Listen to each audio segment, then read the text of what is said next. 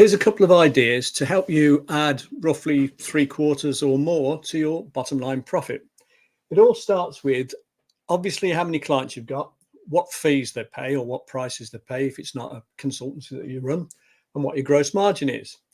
So in terms of clients or customers, could you increase them by hanging on to more of them, so retaining them better, getting referrals, and also selling or marketing to the fact that at any given time, out of 100 possible prospects for your product or service, 30 probably won't buy, but the other 70 will buy sometime, but only maybe 1 to 3% of them here are now buyers. So the big mistake is to sell to the now buyers by trying to get them to buy now, rather than to nurture the 67% here who will eventually become the 3% over here. And you do that by having a proper system in place where you nurture the clients or the prospects, where you make regular communications, give them information, and just help them along the way of what's called their buyer's journey, so that when they do get to this 3% stage here, they're more likely to buy from you. And if you put that properly in place, you can really increase enormously your conversion rate in terms of initial potential inquiries. So that's one thing. And then the other thing, in terms of retention, the reason most clients or customers leave and go somewhere else is because they felt they weren't properly sort of looked after, they weren't given enough attention. So one of the things you can do there is what's called a customer or client reactivation offer. The way you do it is you contact them personally by letter. You say how much you've enjoyed dealing with them, how much you've missed the fact they haven't dealt with you lately, and then you make them an offer with a deadline or a scarcity, one or the other, an offer that's too good to refuse. And in all likelihood, quite a large percentage of your so-called potentially lapsed customers or clients will actually take up the offer and will stay with you.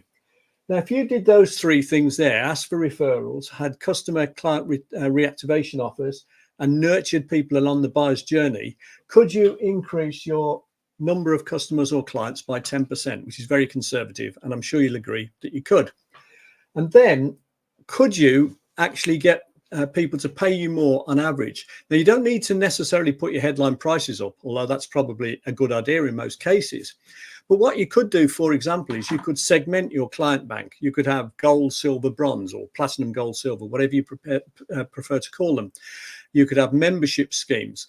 The idea is that everyone can buy from you at the market price, but quite a lot of your customers or clients would quite happily pay you more than that for something that's better than the market standard proposition. So if you can do things like have different value propositions, put in extra value for the gold, the silver, the bronze, or you can have membership schemes, or you can have exclusive offers. All of these things are ways in which provide extra value, and by providing the extra value, people will happily pay you more. And if you do that properly and you segment your clients into maybe A, B, C, D, and have gold, silver, bronze, and ordinary membership, you could again easily increase your average revenue. Let's say you can get that up by 20%. So the numbers up here are: we start with 100 clients paying us 1,000 fee, and we make a gross margin on what we sell, because we're a professional consultancy, an accountant maybe, we make a gross margin of 70%. So our gross profit would be 70% of that, which is 70,000. We'll have overheads here, 30,000, rent, rates, wages, etc., salary, and we'd make a net profit of 40,000. If we could increase our number of clients by 10% to 110 by retaining them better and by converting them better, and if we could get them to spend more on average by 20% through segmenting our client bank, we could end up with 110 clients instead of 100, paying us 1,200 instead of 1,000. And if you crunch the numbers through, your gross margin, I'll put a tick here, will automatically increase, because what you're doing is you're charging a higher average price, but your costs won't have gone up. So you'll end up generally about 10% better off in your gross margin. So let's make that 75%. And if you work the numbers through, you'll find now that your net profit goes up from 40,000 to 69,000, which is a 73% increase. And really, all of those things are easily done, if someone sort of holds you accountable to do it, because that's the big thing. It's all very well saying I need to do that, but unless someone holds you accountable and actually says, did you do that? It probably won't happen. So you need to be held accountable. But They're all easily doable, and they will all have those sort of results and those sort of effects for virtually any business.